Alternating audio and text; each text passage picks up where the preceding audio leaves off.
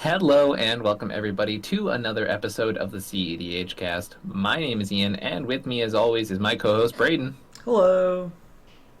On this week's episode, we are going to be talking about Magic's newest supplemental product, the Smash It Together decks known as Jumpstart. There are a few really key cards for cEDH in there that we had to talk about. But before we get into that, let's do our patron shout out. Sure. Our patron shout out this week is Stanley. Stanley is a pretty new patron. He is a strategist tier patron, I'm pretty sure. Should probably know that. Let's just say he is. He is. All right. Thank you, Stanley. Thank you for hopping on relatively recently. We're happy to see that people are just kind of consistently hopping on. We're just getting a little growth, chilling, moving, grinding. That's how we like to see it. So thank you everyone who's been here for a long time, a short time, people who can't be a patron quite yet because of all the crazy stuff that's going on right now. We totally get it. Just being a patron really helps us out, through this crazy time, and helps us, upgrade the podcast. Like again, for the second week in a row, we're on camera. So, literally, literally, it would not be possible for me to do this type of production without the Patreon. So thank you. It's appreciated. Yeah.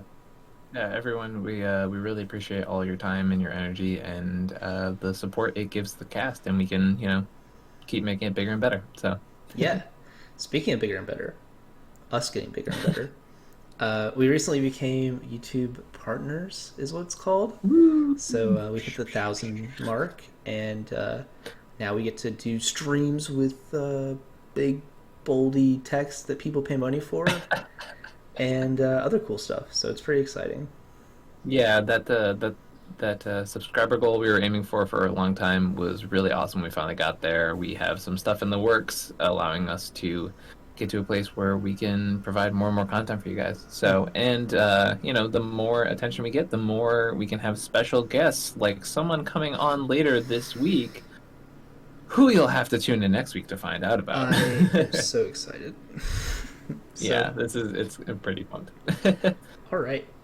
So let's get started with the Jumpstart spoilers. Yeah, let's We jump have on in. probably the best one in the whole set, probably. Allosaurus Shepherd. It's a 1-mana 1/1 elf shaman that can't be countered, and green spells you control can't be countered when it's on the battlefield. That's pretty powerful. And then it also says 4 GG, until end of turn, each elf creature you control has base power and toughness 5/5 and becomes a dinosaur in addition to its other types. So basically, you just give all your elves a dinosaur and they ride around on the dinosaur and they dunk on people. So I had to say, pretty good. even without that last line of text, this card would be really good. The fact that it has that outlet. So the main place, obviously, we see this card being played is Selvala, right? Like, that is, like, the perfect place for this card. I think. I had a different first impression. Really? Yeah, I was thinking your Akima Kazur deck. The fact that both your win conditions are green spells that you don't want countered is like pretty nutty. It's absolutely insane. I just realized it just says spells, not creature spells. We literally talked about this the other day. Did we? Yes.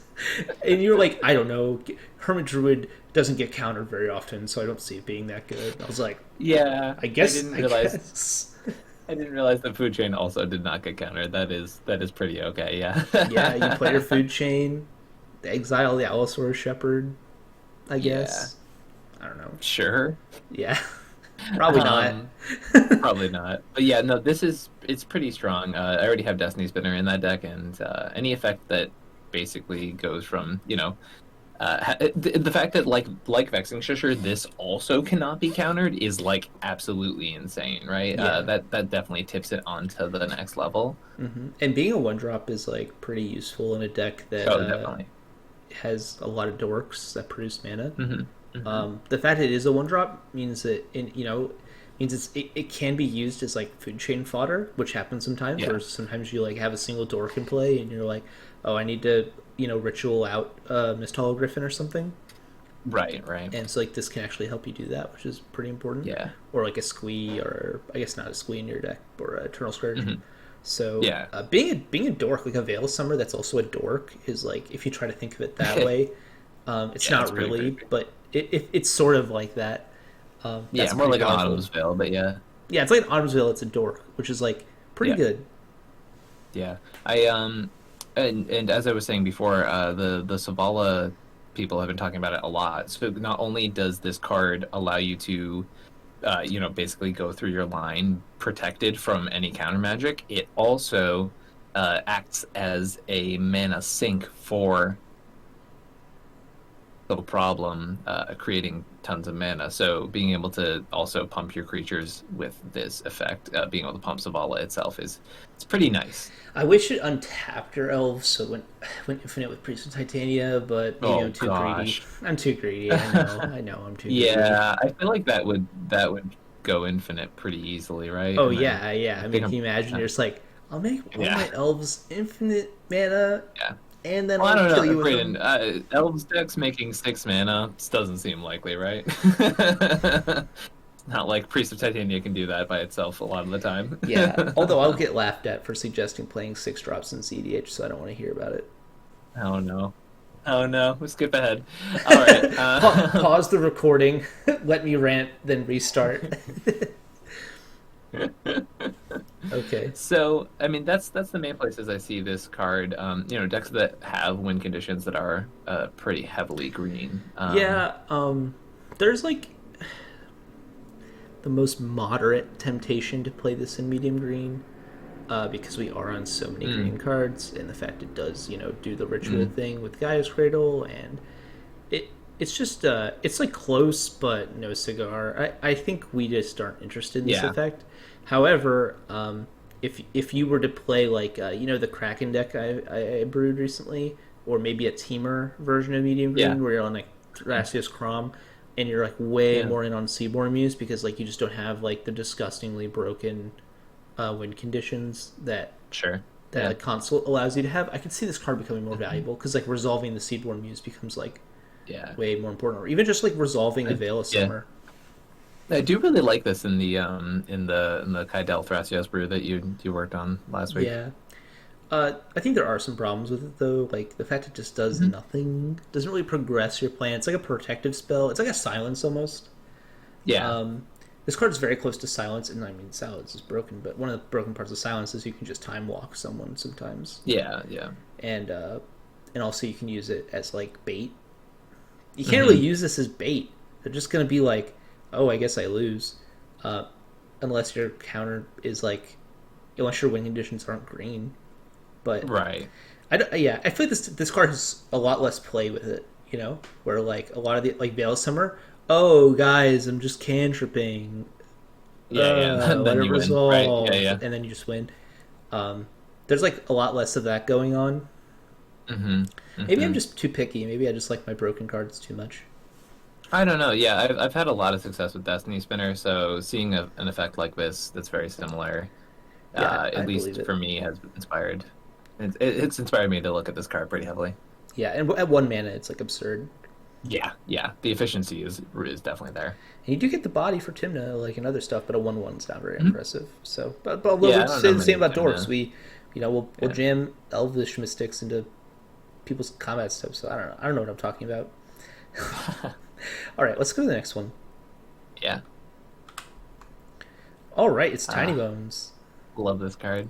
Should probably read it. Tiny Bones Trinket Thief. It's 1 in a black. Legendary creature Skeleton Rogue. At the beginning of each end step, if an opponent discarded a card this turn, you draw a card and you lose a life. And for 4 and 2 black, each opponent with no cards in hand loses 10 lives. It's a 1/2. I adore Another this six, card. another 6 mana like do something that like Yeah, isn't very important, but like will shockingly become relevant sometimes. yeah. I mean, 10 life is a lot. Yeah, I mean you'll kill people with this. I mean like people Yeah, will die. Like yeah, if yeah, you're yeah. playing Croxa, like, and especially like in Conquest where like Croxa is like a discard deck and a grindy Hmm. like weird mid-rangey thing.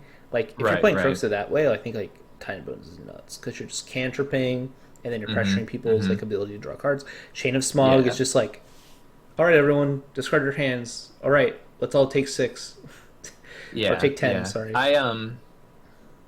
I'm a big fan of this card with oppression. I think that card is like pretty With insane in chains, combination with this card. Yeah, Chains of Mephistopheles definitely. Like, yeah, I think Tiny Bones has a pretty significant place in our format. As Braden was mentioning earlier, I play a lot of Croxa and cEDH. So any discard focus has this card as a backup. I do think it can actually helm its own deck. Now, how efficient that can be, we will see. I think it will be fringe at best. I want to be clear about that. But I think just the fact that it is 2 mana makes it quite playable. so like one thing I'll say is I actually don't like this card in cEDH. Like I think it's really cute, but I don't really see it as like a staple or like a thing we're going to be seeing in a year. I think it's just going to get outclassed by more stuff more likely than not. There are a few broken enchantments that exist. There's like Necrogen Mists, I think is the name of the card. There's Chains of Necrogen Mist, Mephistopheles. Bottomless Pit. Yeah, Yeah, those cards are oppression. very good, and like that's like where you're like breaking parity on Tiny Bones, in my opinion, like Right. in a serious way. But the Hmm. problem is like Tiny Bones isn't going to be the commander of a deck playing those cards. Like Tiny Bones is going to be in the deck, and there aren't a lot of commanders that really. Um, there are not a lot of commanders that want to play Tiny Bones and also want to play those cards. So like Crocs is a great example, and I think like Hmm. this is a card that we'll probably see playing Croxa, but I think there is Yeah, a I mean, problem this is a of slam dunk in that deck. yeah, yeah. To be honest, I I think think there is a yeah. problem though of like decks that want to play cards like there are decks that want to play cards that force people to discard cards. There are much fewer decks that want to um, play cards like this. Like Opus Thief, right? You're gonna Hmm. people are gonna discard cards in Opus Thief, but like Right. Waste Not is the enabler that you're going to, or I don't know if enabler's right. The engine, Waste Not is the engine you're going to be using to like absolutely destroy any sense of parity on those cards. Tiny Bones is not. It's not what you're going to be looking for. Um, Yeah. Actually, they don't even play Waste Not anymore in that deck. So I yeah, don't know if exactly. that's I think yeah. yeah. I mean that's because there's like Twister and Winds of Change, but Yeah. Yeah. Yeah. um, if like I think that's the problem, right? It's like I wouldn't play Tiny Bones unless I was already on Waste Not, and Waste Not was like one of the best cards in my deck. Yep. Um, Which I yeah. will say there's like a natural problem that discard has, which is like, all right, they have no cards in hand, now what? And this card like Hmm. answers that extremely directly, which is like kill them. you know, Yeah. Yeah. where like Yeah. most of the Exactly. time you're like, all right, all these discard cards aren't doing anything because they have no cards in hand. Now Yeah. you're like, oh well, sure, like these discard cards aren't doing anything in my hand, but I'm not going to play them because I'm just going to be tapping for 6 mana to dome my opponents for 10 each Yes. turn. Yes. So Right. there is only a lot of like play, like we were talking about how the last card didn't have a lot of play with it. This card does have a lot of play. Like there's a lot of like reasons why the cards on this. There's a lot of reason the card is worded the way it is, and it has the abilities it Hmm. has. It is intentionally trying to like take the weaknesses of a strategy and boost them. Like Yes. I a deck agree. that just plays one for ones isn't going to be good in multiplayer, and it's going to have like problems at finishing the game when the deck is just filled with like Hmm. duresses and Colgan's commands and stuff. And this card Sure. like fixes that.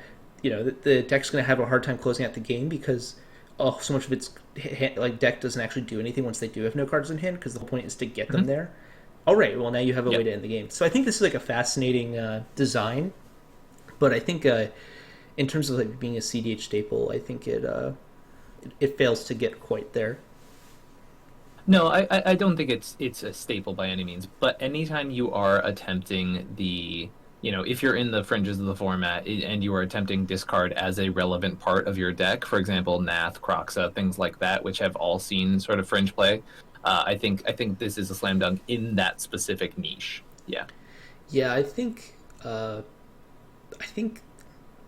again, like for the reasons I kind of already stated, those strategies are always going to have certain problems. I mean, Croxa gets to alongside playing like, the discard grindy stuff, gets to just play an absolutely busted 2 card combo with tons of Right. redundancy Right. and tons Hmm. of tutors and ways to set it up, which is why Croxa I think is actually pretty good. But like Nath is like really deep on that effect, and it just Yeah. doesn't Yeah. have the It there falls aren't short a lot. there aren't enough like enablers, and there aren't Hmm. enough payoffs, and the payoffs don't actually like feed into the natural problems Yep. of the Which archetype. this does. So Yeah. if we see a couple more of these effects, Oh sure. it's an interesting conversation. I Yeah. don't expect to see that though, because like for No, I example, don't. like this works in this product because the entire product is built around discard, right? So like Yeah. the if they're making a normal Magic product, like even a Commander precon, like it never has a single design direction, right? It's usually Sure. like, Yeah. oh right, we're mill and we're reanimator and we're like Mhm. blue black dragon tribal for some reason, or like steel effects, like Sure. where like with this product they actually get to go like, all right, we're gonna take a discard strategy and we're gonna take like a life drain strategy and we're gonna staple them together and make a deck. And so we need Yep. enablers on both ends that have some amount of synergy, and so they can make really interesting cards like this. But I think that also means it's going to be more difficult to see uh, a lot more of these. I mean, but we might see more effects like Crozo. We might see more effects like Necrogen Mist. I could see that happening. I just don't see that Mhm. happening at the rate of like Wheels Tribal. But this card does slide. If they printed like another Windfall effect, maybe Tiny Bones would be good enough because there'd be enough density of playable wheels that discard. But I don't know. All right, so this one is spice level 10, 10 plus.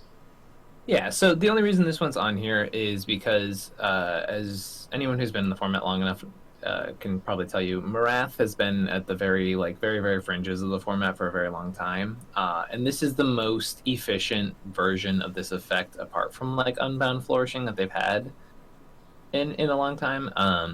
Unbound Flourishing works on the other half of Marath. This works on the counters half. That's really the only reason we're talking about it, is just that it is another efficient version of that effect, and eventually, with enough redundancy, hypothetically speaking, that deck can become more viable. It's not there right now, but it is something to mention, and people have been trying that deck for a long time. There's like, if you go to a large event, you're bound to see like a Marath deck, I Does think. this go infinite with Ashnod's Altar and Marath? Am I crazy? You um, remove a counter to make a dude, then you sack it for 2 mana. You pay 1 mana to put 2 counters on Marath. yeah, Uh, it makes infinite counters, right? Yeah. yeah. So, yeah, I think that makes infinite counters, which then you can use to make infinite dudes, which then makes infinite mana and infinite dudes. And then you can kill the table. So yeah, this is like a Yes. 2 card combo, I guess, in Marath. Um, Mhm. mm, Yeah. That's all it really is. We can just move on from here. all right. My friend Jeremy plays Marath, We which should is also probably read the card. oh Branching yeah, Evolution for 2 green. If 1/1 +1/+1 counters would be put on a creature you control, twice that many +1 counters are put on that creature instead. Yeah, sorry, we're going to use the video format. yeah. So my friend Jeremy plays Marath, and he has some success. I know Sug used to play Marath in Conquest and had quite a bit of success. Marath isn't like that bad actually. The color combination is actually like not as bad as you'd think it'd be. Naya has like a ton of it has Dockside, has things that go infinite with Dockside. It has a commander that's an outlet for Dockside, so it actually isn't that bad. But there are certainly problems. Uh, Specifically, like the lack of black is like super rough. Yeah. But And it's okay. Wrath isn't technically an outlet without an additional effect like this one for infinite mana. 1 sec. Let me look. Unless you can just recast it from the command zone, right? I guess you can do that. Yeah, yeah, Yeah, you you can just can. recast infinitely from the command zone after you kill it. Yeah. So I guess it does filter that way. Yeah, you can. 1 sec. Yeah, so you can deal damage to any target. So yeah, you just remove all the Okay, counters, yeah. deal damage to your opponent, replay And your recast it. commander. Yeah. Yeah, so Dockside goes infinite with Mareth for that reason. Yep. Well, not Cool. with Mareth, but you need another outlet. But You thankfully, know, they have another yeah, one we'll probably be I was talking gonna say it about. would be crazy if there was a new dockside outlet we were talking about. Yeah, all right. So we didn't Speaking plan of that, which, but it worked out pretty well. okay, let's read the card first this time. Oh my god. Emil the Blessed. It is 2/2 white for a legendary creature unicorn. Exile another target creature you control, then return it to the battlefield under its owner's control for 3 generic mana, no tap, important. Whenever another creature ETBs under your control, you may pay Hybrid Selesnya. If you do, put a 1/1 counter on it. And if it's a unicorn, put 2 1/1 counters on it, and it's a 4/4. So Can I Unicorn Tribal, now can I cEDH just like go playable. We nuts? finally got there. No, okay. Can I just go nuts? Okay, like This card's absurd. If you play like a 5 color dockside console deck, if you're playing like any deck that has dockside console and this card in it, it's just busted. I'm sorry. Like the fact If you are playing the Naya colors and you have an ability to uh, filter infinite mana oh into yeah, your oh, commander, you should be playing this with Dockside. oh yeah, for Like, sure. But what I'm trying to get to is you can blink Thassa's Oracle with this. hmm So all of a sudden, it's absurd. You can just play Thassa's Oracle for value when this is in play, yeah, and then just blink it for value, or you can just blink it hmm and then win the game. It's absurd. right, And then you get to play right, Dockside, so you just have like you just have this infinite mana package that happens to just like synergize perfectly with your already existing game plan. Like if you have a Train Grounds and play with this, you just have 1 mana scry 2 off Thassa's Oracle. That's absurd. hmm I mean, it could be more if you have like a Thrasios in play. yeah, But again, you're yeah. probably not playing this in Thrasios because like you have to pick red or white or black. So I guess Are you you could. sure? You sure I'm not gonna play this with Gracias? Yeah, I guess you're right. I forget that there's like. Well, you're not playing Thassa's Oracle is the thing. So I just mean like you could play this in medium green, or Yeah, you can play this in Vile Smasher, or you can play this in Evolution. But you don't get the like absolutely you busted can't thing. play it File Smasher. Yeah. Oh yeah, you're right. You don't get the absolutely busted layering where you just get to like play a hmm bunch of win conditions that want to be blinked, and then Yeah. just like take advantage of that. So I think this is like really good in Kenrith additionally because like you can just reanimate it super Yeah. easily. Um, hmm this card's busted. So yeah, as many of you know, Hire, who was a guest on the podcast before, plays the 5 color illusion deck, and he was already playing Deadeye Navigator because it made a room for 3 mana Dockside, and this is just kind of just more efficient in like a lot of ways, and it's pretty insane. And the fact that it's now 4 mana, it's a 4/4, like has a solid body, like it's a very powerful card. This card is busting 4 color evolution wide open. Goodbye, Baron. I'm sorry to see you go, but I have a Are new you? unicorn friend. Baron's on the reserve was get out of here. But Get out of no, this here. this card's absolutely insane. The fact that if I have a Zerta out and this card, I can go infinite with only 2 treasures from Dockside. Uh, I can also, blink my Spellseeker for 1 mana. I can blink my Bruce Tarl if I need to give multiple creatures double strike and lifelink. There's a ton of stuff in that deck that I can play now because this card exists, and it's just wild. I Like it's wild. cannot believe that you get to play this with Zerta. Yeah. Oh, it's That dumb. should not be legal. That is Yeah. No, not this card's okay. insane. Yeah. Yeah. What? Okay, like I'm gonna be honest with you, like this is the kind of card that pushes like evolution up to like undoubtedly one of the best decks in the format, I think. I think being able to play this card, being able to play it with Zerta and Thrasios just And is like an Dockside, insane amount of value. Yeah, and Dockside, right. like this card's almost just good enough. Like if you're playing like Imperial Recruiter, like hmm being able to like play your Imperial Recruiter, get Dockside, play Dockside, maybe like or play Imperial Recruiter, get like a Seedborn Muse, and then later on you can like play your Emil, blink Yeah. Imperial Recruiter, go get a Dockside, win the game. Like I don't know, Yeah. like This card's existence has made me kind of rethink a bunch of the stuff in this yeah, deck.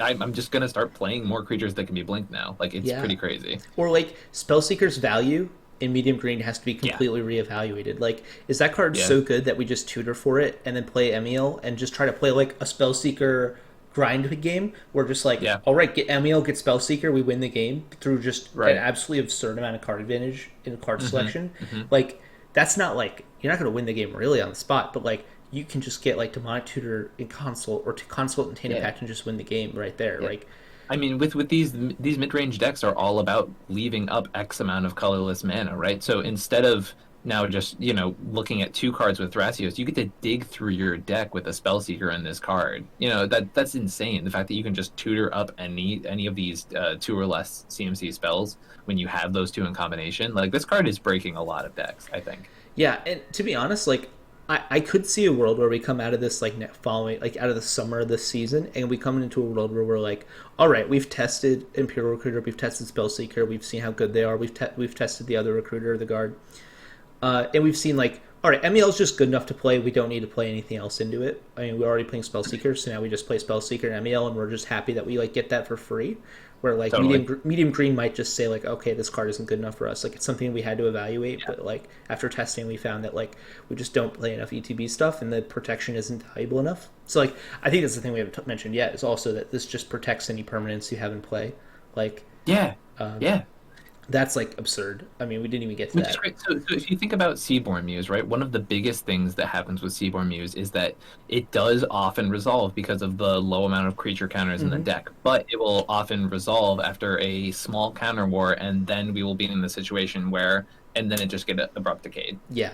Now Not you with can just Emil save out. it. Well, Yeah. not Prepticade, but yeah, Well, yeah, sorry, Assassin's Trophy. yeah. I misspoke. But But that, Emil that has can happened be multiple times. Emil can Yeah. be used as a protection piece, like as a way to Hmm. like protect permanents that exist on the battlefield, Yeah. which is Yeah. like absurd. Like what? Hmm. Uh, so it, I like can't. I'm just shook. I really do just think this is probably one of the most efficient cards that has been Ever printed? for our format. Yeah, ever? Yeah, Effort. I mean, Dockside is obviously like probably right. the most No, if efficient. Dockside wasn't broken, right, we wouldn't be Yeah, talking about this card nearly as emphatically. But it is. It exists, and we yeah, have it. and like I, yeah. I Sorry. I think like I want to play this card in medium green really bad. I just don't think it quite makes the cut. Yeah. But it pushes me. I think this card warps the format in like subtle ways. Like it pushes me to ask like, all right, like sure, Timna's broken, but like MEL the Blessed and Dockside is like disgusting. Am I supposed to Yeah. be playing Kenrith now? Right. Like I think the answer is no. But I think I think it has to be like mentioned. This card is so good that people are gonna have to start asking questions, and we might So find the answers yeah. are just it's good. It's not the busted. It didn't change the format in a meaningful way. It just like made certain decks significantly better, and certain cards that were already being played are just now like staples instead of like barely good enough. Yeah. But I think it should just be mentioned like anytime they print a card that like makes you ask this many questions and makes you wonder like how all these things are going to piece together, like that's really important and significant. So Exciting. kind of going on that point, right? Ikoria was the thing that made me really start paying attention to evolution as an archetype, right? So card number one that made me pay attention was Deflecting Swat, right? Deflecting Swat is just being able to have a 2-mana commander with both of those free interaction spells with Fierce Guardianship and Swat available at almost all times is extremely powerful. The second card was Zerda. You guys have heard me talk about Zerda so much. The fact that the Zerda plus Monolith is just win the game right there. In addition to the fact that it is an extremely efficient a piece with Thrasios, being able to reduce them. Like earlier, I played a fair Zerda with the Seaborn Muse out, and like my game went from like me having a slight advantage to I was winning this game. Now with Emil on top of that, these pieces all, originally I was happy to be like medium green is probably like the most efficient Thrasios deck, but now we really do have to start questioning like these pieces keep being added more and more and more, and being able to break Dockside so efficiently. Like the I question is mean, definitely being asked more. people have played training grounds before, and the argument has been like, oh, it makes my combo piece cost one less mana because it's like a color like Team or Sabretooth, right? It's like, oh, it takes me down from Right. 5 to 4. Now it's like, Hmm. oh, like training grounds takes me down to 1. I need an opponent Yeah, well, with I need 2, but yeah. two. I need an opponent. All my opponents need 2 artifacts or enchantments Artifacts and shit. Right. to win the right. game. That is, people will bring up like, and I always think it's silly. They'll be like, well, I don't like having to rely on my opponents to win the game. It's like, first of all, every game of EDH you play is going to rely on your opponents to win the game. Every game, your opponents. If your opponents have the nut draw, if they have the worst draw, it's all going to impact the game. But second of Sure. all, Dockside just asks your opponents to play Magic. That's all it asks.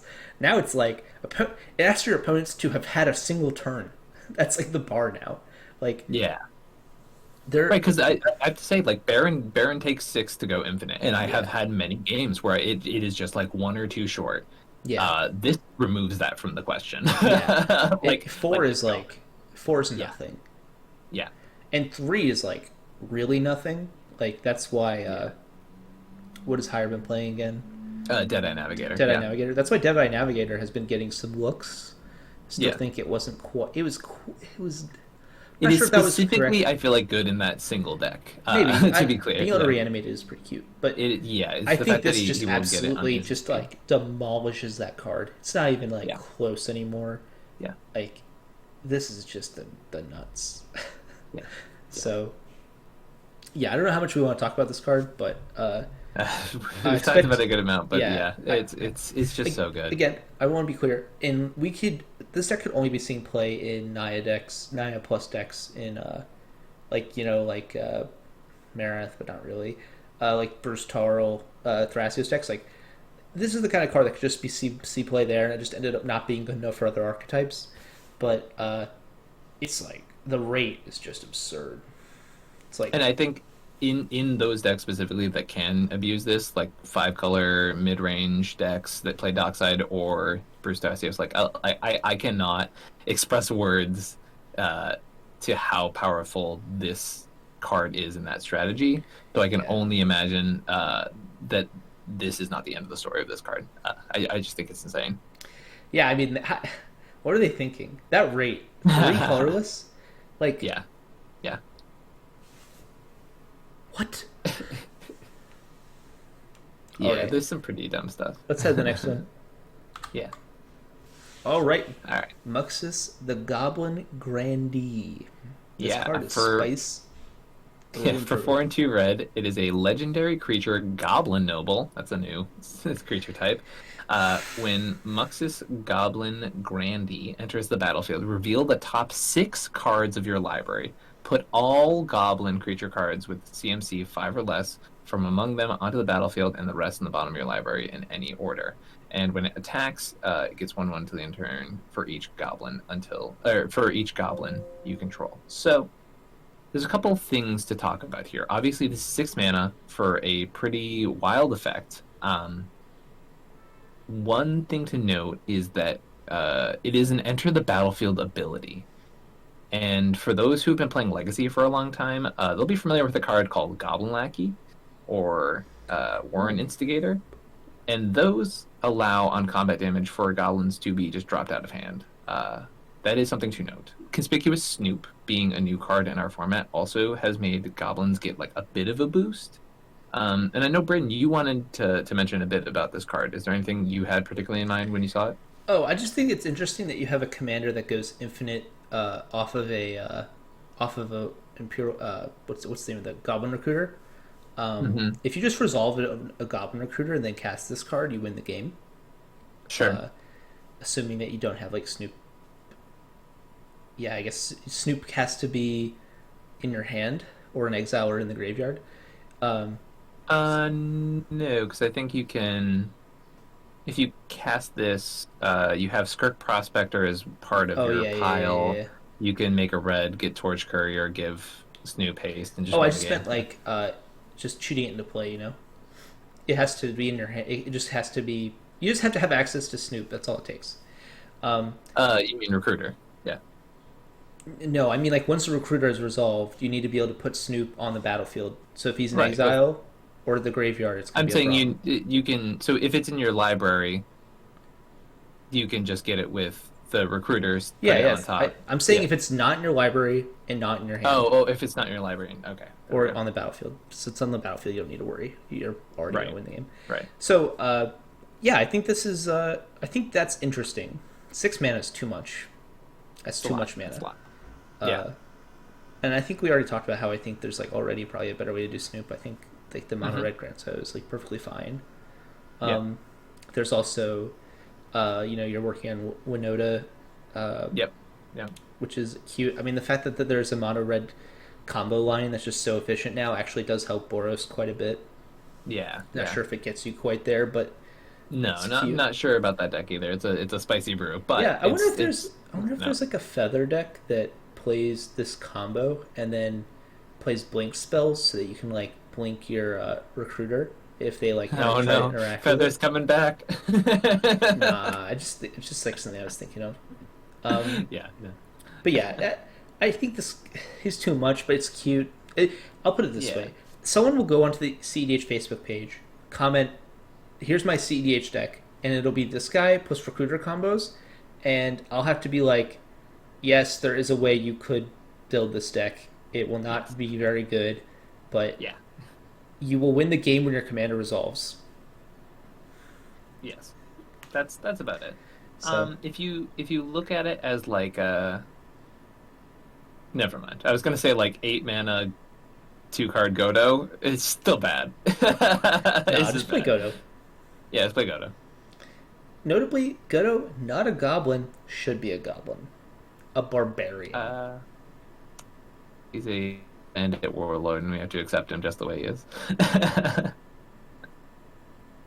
uh, All but right. you know what Godo is, Brayden? Do you know what Godo is? Godo is a human, and therefore gets hit off Winota triggers. Throwing that one out there, you can do with that as you will. Too spicy for my blood. All right, that is the episode.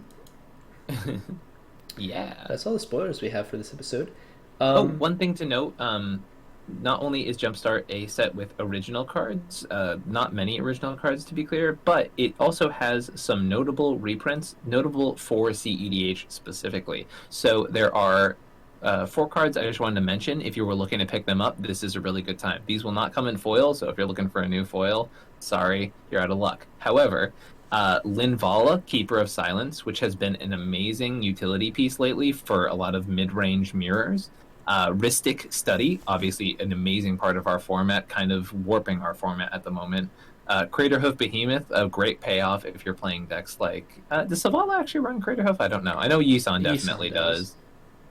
Yeah, I know some Kinnan lists have done it. And then speaking of Savala, Savala itself, it has been printed in the set. So a lot of, good cards that could use a reprint, and they are. Yeah, taking a 2 reprint. Savala reprints this year is pretty good. Yeah, I think I have a theory that someone in R&D plays Savala because there's been a lot of cards lately. It's like, interesting. Yeah. There's also been like new cards like Garrick. Yeah, Garrick, yeah, Speaker deck. Yeah, maybe. yeah. I know there was like a funny story where they were.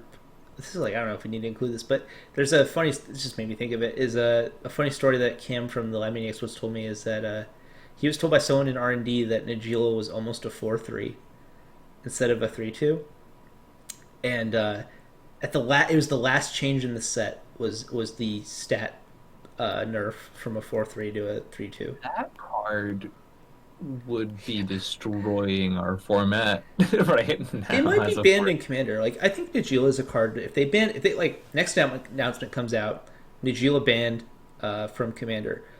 This is a hot take, but I wouldn't be surprised. That card's like the Iona of 5 color decks. It's like no one can figure out how to build it casually. Anytime you try to build Yeah, it that's in a fair. way that isn't broken, it just is broken. It just doesn't. Yes. It doesn't actually provide anything positive to the format.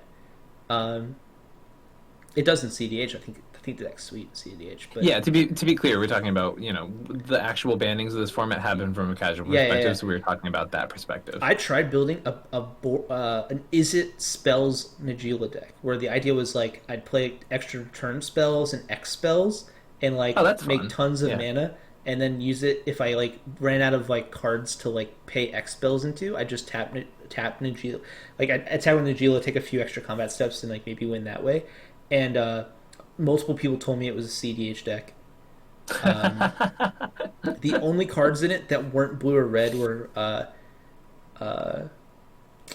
what is it? The Cultivate and Yeah. Kadama's Reach were the only. Oh, super! like- Yeah, classic cEDH staples. yeah. There was a Mana Crypt though, and when you got the turn 1 Najila, Yeah. it's not Yeah, fair. well, it feels bad. Yeah, It's not fair at all. So, yeah. all right, time to cut this one out. Yeah. All right. Awesome. Thank you everyone for joining us. Braden, anyone to pitch a couple things right now? Oh yeah, so again, we mentioned it earlier, but the YouTube channel just hit 1,000 subscribers. If you're not one of those 1,000 subscribers, please go over there and check that out. Hit the subscribe button. I guess there's a bell. People always say to ring the bell, so please ring the bell. I don't know what that means. Haven't seen that episode of YouTube Academy yet, but There's the bell gives notifications. Does it? I Yeah, it does. It's a Okay. yeah. Well, please It'll click on notify that. you. Click on Ring the it because bell, it'll notify you when our bit videos are up. please. Ring those bells. It's like You get to hear Brayden confused about YouTube stuff. You know, the high quality uh, content you come here for. analytics. I'm just gonna say big YouTubey words until Yeah. the Oh, video okay. ends. Okay. Uh, Stream percentages. uh, Viewer user retention. engagement. Nice, nice, nice. We Okay. got there. Anyways, thank you for joining us for another episode of the cEDH cast. My name is Ian. My co-host here is Brayden. Thank you so much, and have an amazing week. Bye.